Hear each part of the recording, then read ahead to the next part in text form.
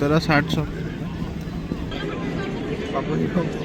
ভালো না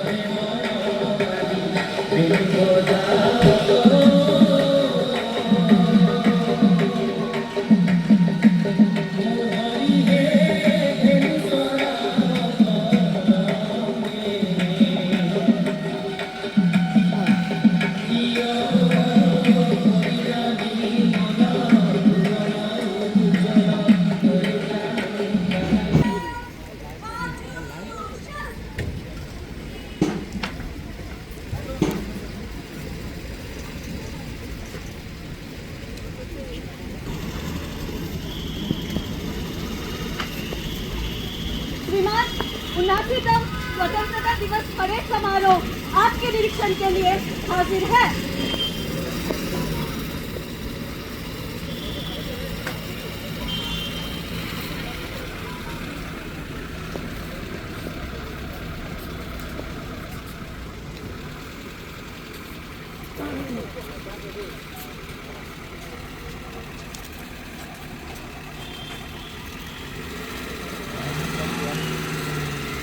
মাননীয় মুখ্য অতিথি মহোদয়ে পেৰেড নিৰীক্ষণৰ কাৰণে আগবাঢ়িছে তেখেতক সহযোগিতা কৰিছে আজি পেৰেড কমাণ্ডাৰ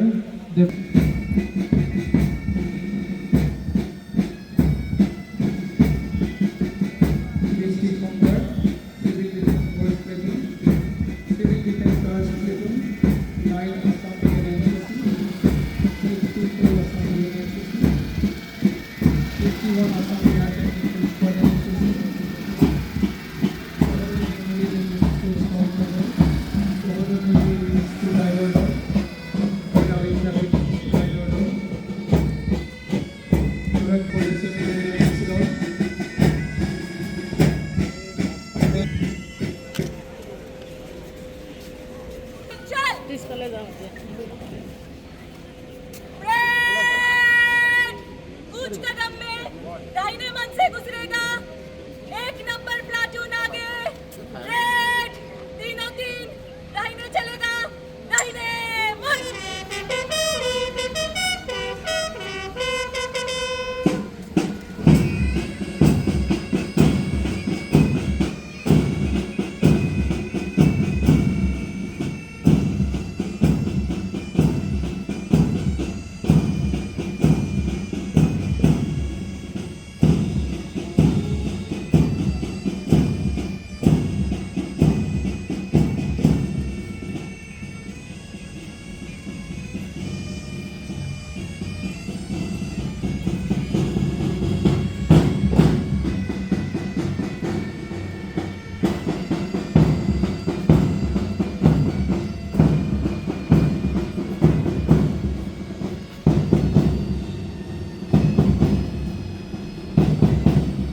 ভিত্তিক ITIৰ উপৰি অবিবাহিত চৰকাৰী ভৱনসমূহ নতুন ITIৰ বাবে আবণ্টন দিয়া হৈছে 2024-25 বৰ্ষত 20খন চৰকাৰী ITI উৎকৰ্ষ সাধন কেন্দ্ৰ হিচাপে গঢ়ি তোলাৰ প্ৰয়াস কৰা হৈছে।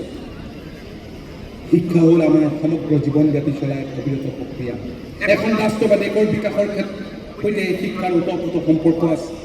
আমাৰ ব্যক্তিগত সামাজিক আৰু অৰ্থনৈতিক দিশক শিক্ষাৰ জৰিয়তে সুৰক্ষিত কৰিব পাৰিলে এখন সমাজ বা দেশৰ বিকাশ সম্ভৱ। এই দৃষ্টিভংগী আগত ৰাখি অসম চৰকাৰৰ উচ্চ বিভাগে মান বিশিষ্ট শিক্ষাৰ জৰিয়তে আমাৰ ছাত্ৰ ছাত্ৰীসকলক গোলকীয় সুযোগ গ্ৰহণৰ বাবে প্ৰস্তুত কৰি তোলাৰ লক্ষ্য কৰি লৈছে। মুখ্যমন্ত্ৰী বিদ্যালয় আৰু 5খন পলিটেকনিকৰ কাম সম্পূৰ্ণ হোৱাৰ দিশত আগবাঢ়িছে। ডিব্ৰুগড় বিশ্ববিদ্যালয়ৰ বাবে 100 কোটি টকা অনুমোদন আগবঢ়োৱা হৈছে।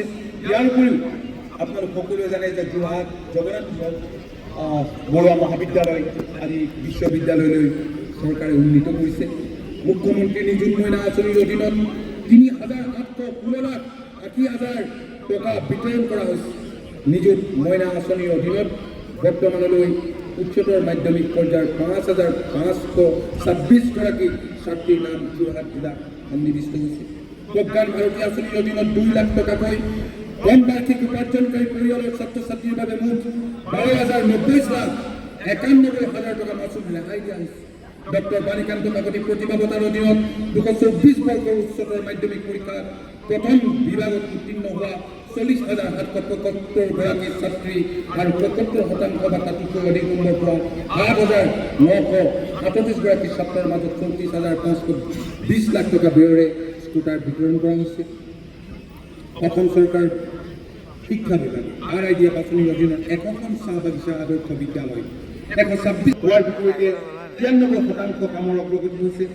যোৰহাট জিলাত ক্ৰীড়া প্ৰকল্পৰ বাবে 56.99 কোটি টকা প্ৰশাসনিক অনুমোদন হোৱাৰ বিপৰীতে 50% কামৰ অগ্ৰগতি হৈছে। সংহত জিলা উত্তৰ কাৰ্যালয় নিৰ্মাণ কাৰ্য চিনেমাত 49.61 কোটি টকাৰ প্ৰশাসনিক অনুমোদন হোৱাৰ বিপৰীতে 50% কামৰ অগ্ৰগতি হৈছে। এটা ভাল ক্ষমতা যিবিলাকৰ বাবে যিবোৰ কামৰ বাবে ৰাইজ দূৰৰ পৰা দূৰ দূৰণিৰ পৰা মৰিমনি ভিতৰুৱা এলেকাৰ পৰা যিসকল ভিতৰুৱা এলেকাৰ পৰা যোৰহাটৰ সদৰ কাৰ্যালয়লৈ আহিব লাগে, সেই কামবোৰ এতিয়া সমজিলাতে সম্ভৱ হ'ব। লাচিত মৈদাম স্মাৰক আৰু সাংস্কৃতিক প্ৰকল্পৰ বাবে 214.96 কোটি টকাৰ প্ৰশাসনিক